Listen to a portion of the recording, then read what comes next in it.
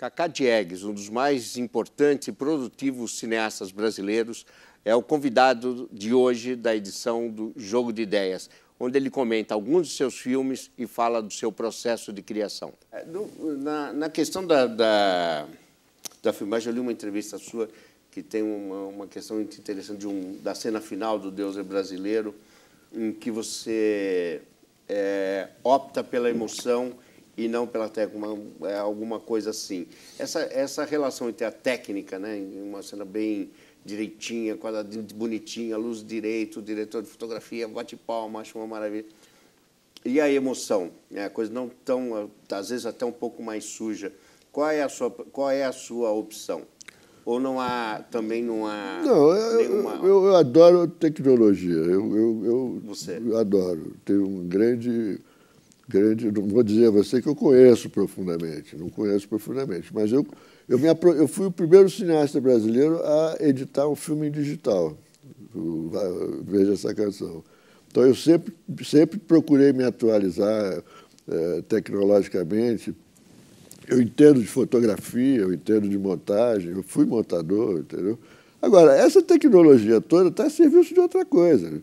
Nenhuma tecnologia tem valor em si mesma. A tecnologia é uma plataforma da qual você parte para fazer alguma coisa que tenha valor. Seja digital ou não. Que tenha sentido, seja digital ou não, lógico. Eu não uso mais película, há muitos anos que eu não uso mais película. Mas isso não significa que eu agora vou ficar refém do digital. Então, é nesse sentido que eu digo, se a tecnologia não alcança o sentido daquilo que eu quero fazer, eu ignoro a tecnologia e faço do meu jeito. Vamos ver mais um trecho agora do Bye Bye Brasil?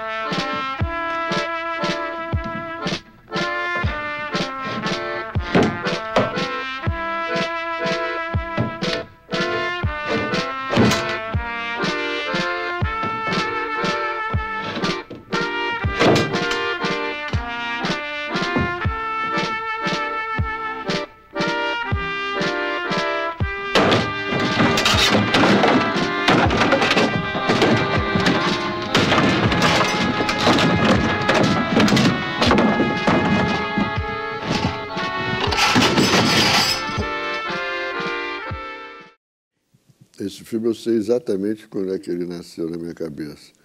Bom, primeiro, uma coisa que como eu disse a você, eu ando na rua olhando o que está acontecendo em volta, né?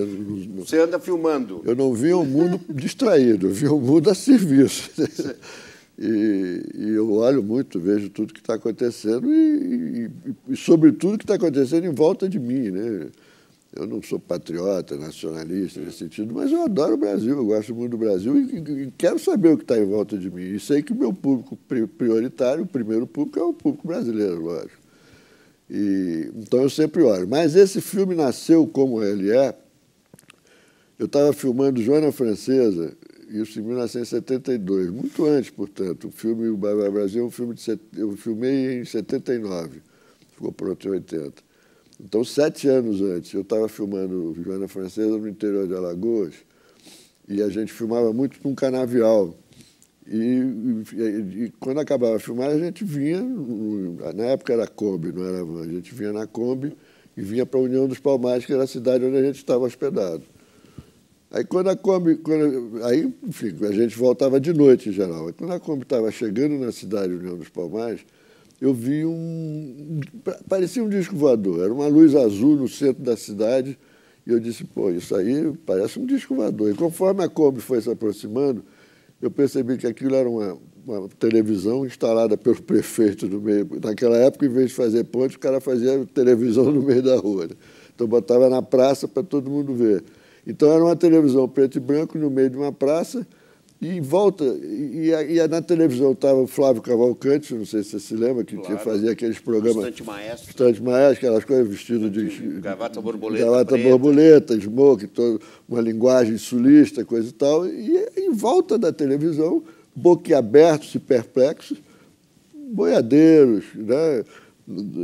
Tocadores de gado, crianças, funcionários, pequenos funcionários da cidade.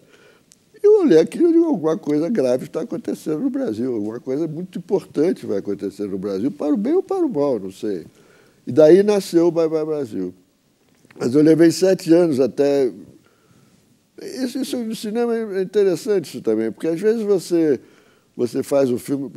Deus é o maior amor do mundo, por exemplo, entre eu terminar o roteiro, entre eu começar o roteiro e terminar o filme, não se passou mais de 1 ano. É interessante isso.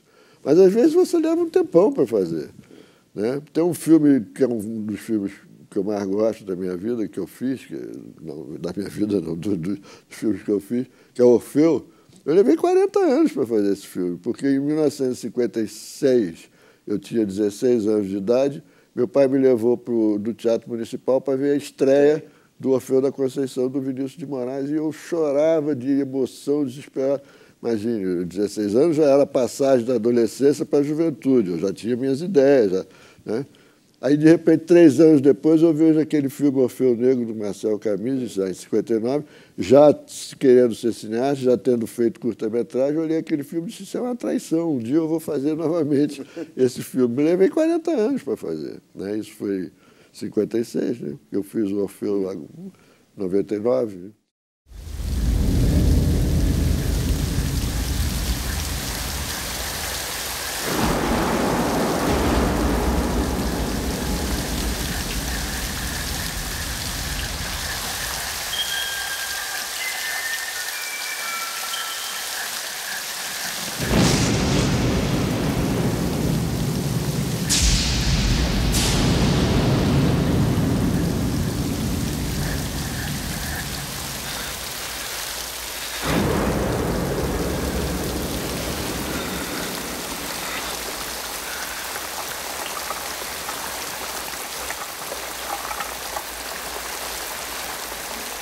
Dorme, Euridice.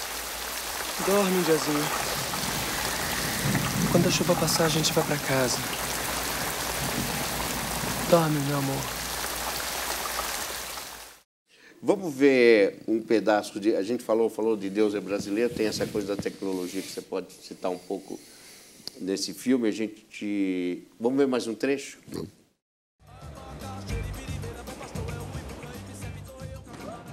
Mas será que não dá pro senhor achar um santo por aqui mesmo, ou então num lugarzinho mais perto, não? Santo anda dificílimo. Quando eu acho um, eu boto as mãos pro céu. Mas é aí que eu digo. O senhor tá entendendo? Se o senhor quisesse, a gente ia pro Vale do Bate-com voando feito passarinho. É só o senhor querer. Tudo acaba sempre nas minhas costas mesmo. Todo mundo só quer moleza, é tudo de mão beijada. É só Deus me dê saúde, Deus me dê marido, Deus me faça ganhar na loteria, Deus mais isso, Deus mais aquilo. É Deus quem sabe, não tem quem aguente mais. É tudo eu. A pessoa se estressa.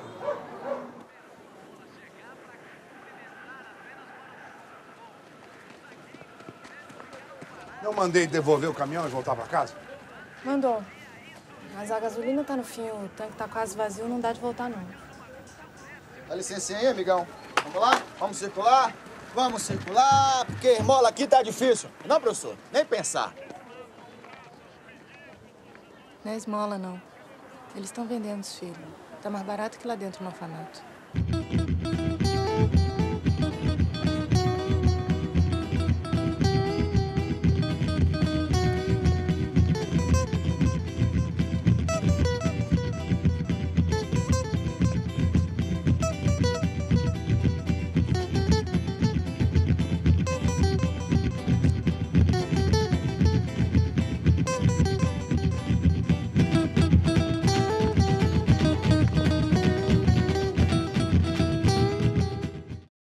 Esse filme eu tenho uma enorme simpatia por causa das filmagens. Foi tão divertido fazer esse filme. Tem coisas que você não explica, né? A química do elenco, a equipe, a química das pessoas. Esse filme eu consegui trabalhar com uma equipe pequena. A tecnologia ajudou você a trabalhar com uma equipe pequena? Ajuda muito. Você pode eliminar muita coisa. Então, esse filme foi um filme aparentemente dificílimo, porque a gente filmou esse filme no Tocantins, em Pernambuco, Alagoas, Rio de Janeiro, estúdio, cenários naturais, Rio, São Francisco. Era para ser um caos. O filme acabou exatamente no dia programado, tudo correu muito bem e era um prazer imenso fazer esse filme. Foi muito divertido fazer esse filme. Aí você pega, por exemplo, Quilombo, que eu fiz em 84, cheio de grana, porque era um filme produzido pela Gaumont francesa, e a gente preparou um filme com todas... Foi um filme que levou quase um ano de preparação, porque tinha que construir os quilombos, tinha que... Né? Um ano talvez seja exagero, mas levou uns 8 meses preparando. Pois bem, esse filme foi um desastre em termos de filmagem, principalmente pelo seguinte, que a gente estava filmando na Baixada Fluminense, lá no Rio de Janeiro, foi o primeiro ano do famoso El Niño, choveu sem parar durante 6 meses. Então, o filme programado para ser filmado em 10 semanas foi filmado em 24 semanas. Aí é uma loucura, né? Eu começava a inventar soluções. Agora vamos, então, cobrir a floresta para poder impedir a chuva, né? Mas aí o pingo faz um barulho danado, então não tem mais som direto, vai ser dublado depois. Aí aquilo ali já não estava resolvendo, aí a gente alugou um galpão em Xerém, uma cidadezinha lá no pé da serra, na Baixada Fluminense, alugamos um galpão e levamos a floresta para dentro do galpão. Cortamos árvores, coisa e tal, que o Ibama não saiba, e botamos dentro do galpão. Mas aí que aconteceu o quê? Você não tem horizonte no galpão, né? Então você tem que filmar de noite. Para filmar de noite, você tem que mudar o roteiro, né? Para explicar por que aquelas cenas de noite. Então foi uma loucura, né? Eu levei 6 meses fazendo esse filme. 24 semanas, entendeu? E aparentemente ia ser tudo muito fácil, tudo sopa, tudo barbada. Em Deus é Brasileiro, você substituiu alguma cena externa para depois refazer em estúdio, alguma coisa assim? Não, não. O final do Deus é Brasileiro, que é um final muito bonito, que eu gosto muito, eu queria fazer uma experiência. Você viu um filme chamado Kundum, do Scorsese? É um filme muito bonito. E tem uma cena no Kundum que eu achei muito legal, que era quando é passado na Índia, e quando no Tibete, aliás, para ser mais preciso, e quando o monge sai, ele sai sozinho assim, aí a câmera vai levantando, e você vê uma multidão de monges massacrados. É a história do Tibete contra a China. E aquele plano era lindo, independente do filme, que eu também gostei, mas era lindo aquele plano. E como é que eu vou fazer uma coisa? Eu queria fazer uma coisa parecida com aquela, né? Aí eu fiz uma coisa seguinte, a gente filmou o barco dentro de um estúdio, com o Wagner Moura e a Paloma Duarte, até um certo ponto. A partir dali é tudo digital, entendeu? Aí nós digitalizamos peixes, luas, e ficou maravilhoso o plano, ficou muito bonito, né? E isso, por exemplo, é claro que a gente deve à tecnologia, né? Deixa eu te falar uma coisa usando essa... Tem 2 coisas. Primeiro, a produção escolheu as imagens, a Thalita, a Karina, mas essa fui eu que escolhi. Eu escolhi por causa, principalmente, como ela termina, digamos, termina aqui, né?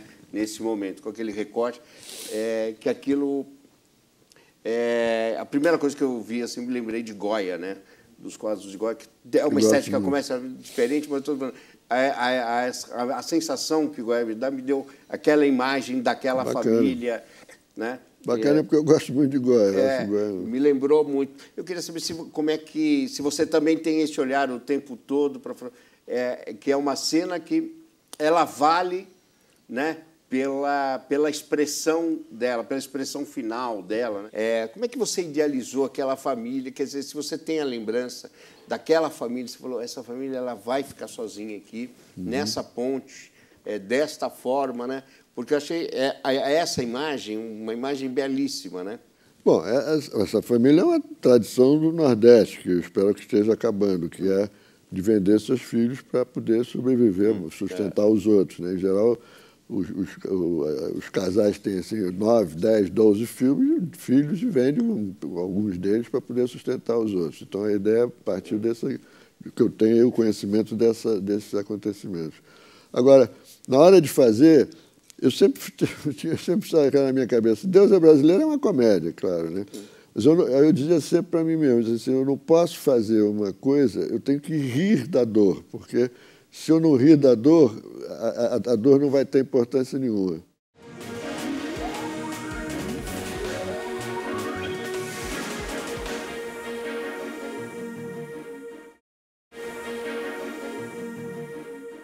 E voltamos com o Jogo de Ideias, entrevistando Cacá Diegues, um dos mais importantes cineastas brasileiros, falando do seu processo de criação. Vamos para a última cena do programa, que é uma cena do Chica da Silva.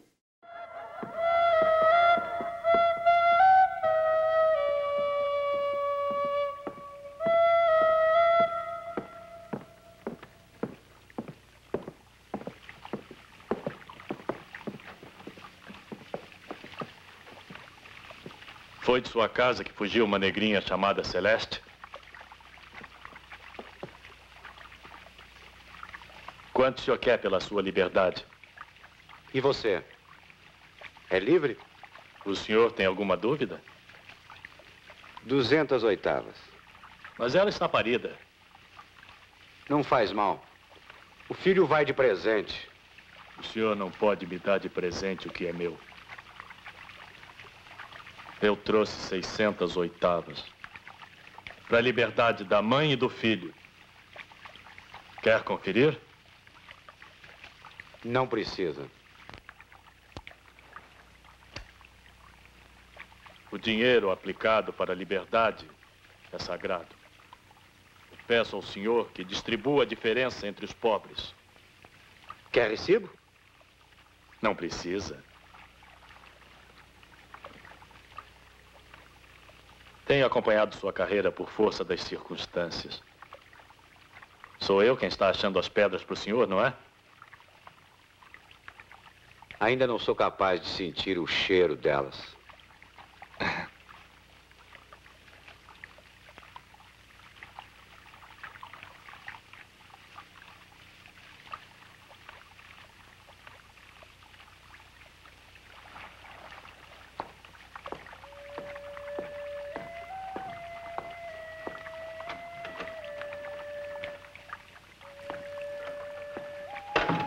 Ele veio até aqui e se arriscou tanto para dar a liberdade dela.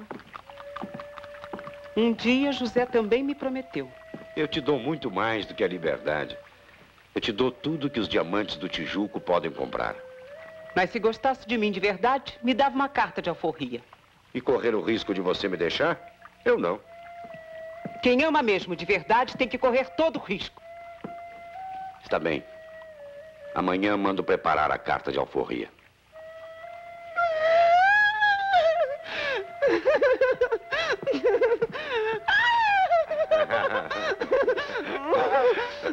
Não, Chica. Olha os nossos convidados. Não! Não! Que isso? Ai, meu alecrim cheiroso. Aqui não, Chica. Ai, meu alecrim cheiroso. Não, Chica. Olha os convidados. Chica foi foi um outro filme que me deu prazer, muito prazer de fazer também. O Natal Química pintou nesse filme. Mas a ideia desse filme, ela surgiu... Eu gosto muito de carnaval. Atualmente não vou mais, mas eu ia muito. Eu era um carnavalesco assim, histórico. E eu ia muito à escola de samba, na época que não tinha sambódromo nem nada, era ali na Presidente Vargas, lá no Rio. E um dia eu estava lá vendo o desfile. Quando o sol começou a nascer, a gente resolveu ir para casa. E quando eu saí da arquibancada para ir para casa, eu comecei a ouvir um som muito bonito. Aí eu virei para ver, eu vi uma das coisas mais lindas que eu vi, que foi o desfile do Salgueiro com o Chica da Silva, que mudou a história do Carnaval Carioca, né, com o Fernando Pamplona e como era o nome do outro, me esqueci agora. Mas, enfim, mudou a história do Carnaval Carioca, aquele desfile.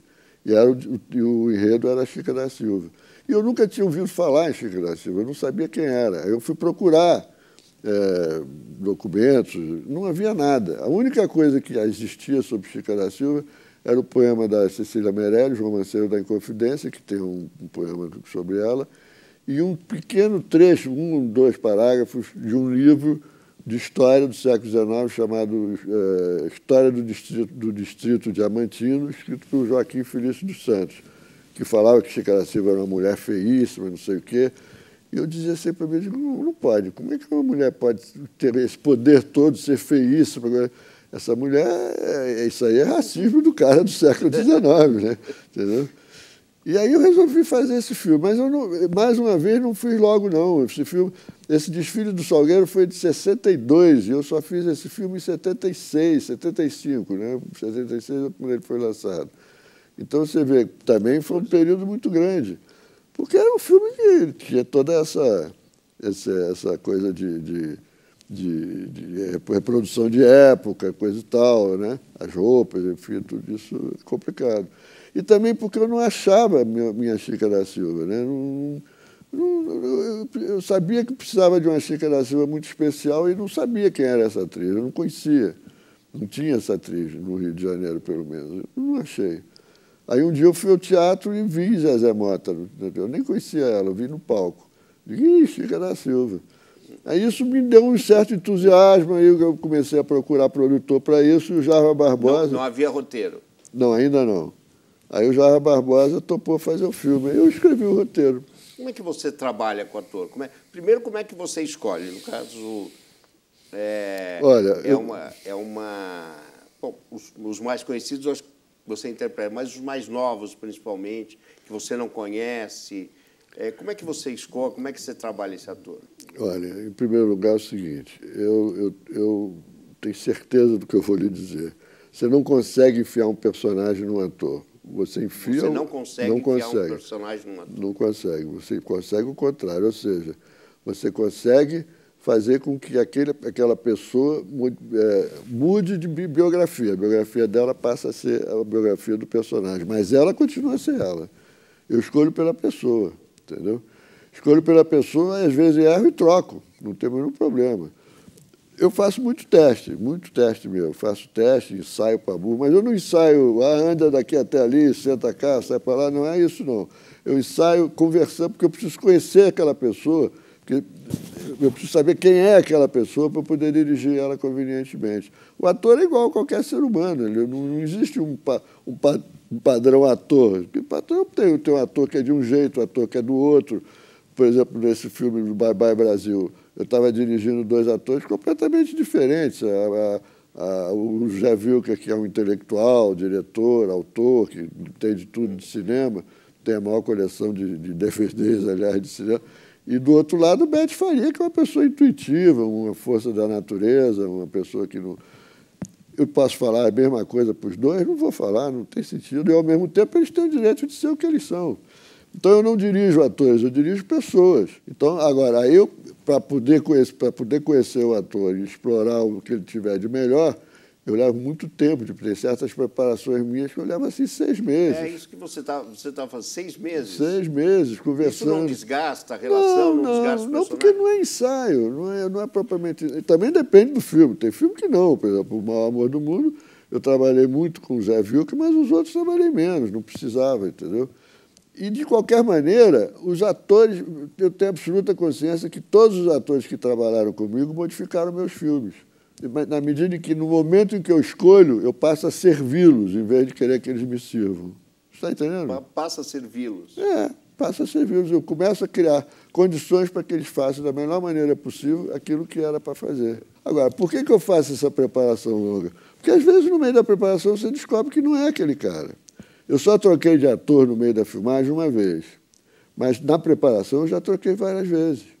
Você prepara, aí você descobre, não é você, meu filho, vamos para outro, entendeu? E faço muito teste também para descobrir se o cara é o que eu estou pensando que ele deve ser. Para a gente encerrar, Cacá, a gente teve uma outra conversa no outro programa com a Suzana e a Laís Bodansky, que eu fiz uma pergunta do que justificava para elas sair de casa, isso apenas não é mais, sair de casa para fazer um filme. E se nessa história toda, às vezes o fracasso, ou a falta de sucesso, algo parecido com aquilo que não é aquilo que a gente espera de uma obra, de um trabalho, de um livro, de uma operação, né, dirigir um automóvel. Se isso te preocupa, se o fracasso te preocupa e se ele pode deixar de justificar um filme, deixar de justificar algum tipo de trabalho. Olha só, o negócio é o seguinte, o artista que lhe disser que está pouco se ligando para o sucesso está mentindo ou é maluco, entendeu? Porque o que a gente faz, cinema, pintura, poesia, música, o que for na vida para ser mais amado. Você quer ser mais amado, entendeu? Agora, às vezes não dá. E embora o sucesso seja melhor que o fracasso, sempre, eu lhe garanto que quando acaba tudo é a mesma coisa. Porque você vai para adiante, você não vai para trás, você vai para adiante. A não ser que não faça mais nada, fique lambendo aquele filme que você fez o resto da sua vida, entendeu? E eu posso lhe dizer isso com toda a garantia, porque eu já fiz os dois, entendeu? Eu já fiz sucesso de público, fracasso de público, sucesso de crítica, fracasso de crítica. Conheço todas as experiências. Algumas vezes você fica eu fico chateado, porque é horrível, você passa 2, 3, 4 anos fazendo um filme, às vezes faça mesmo, né? Eu nunca passei 4 anos, mas tem gente que passa. Aí você acorda de manhã, está lá, abre o jornal, está lá o crítico dizendo, é uma porcaria, você, cara, é horrível, né? É a pior coisa do mundo. Mas depois que passar aquele choque, é a mesma coisa, não tem muita diferença, entendeu? Tá bom, então. Muito obrigado, Cacá, por ter estado trabalhado com a gente, estado aqui com a gente. Foi um prazer. O Jogo de Ideias fica por aqui. A gente volta em outra oportunidade, sempre falando da produção cultural brasileira. Até lá.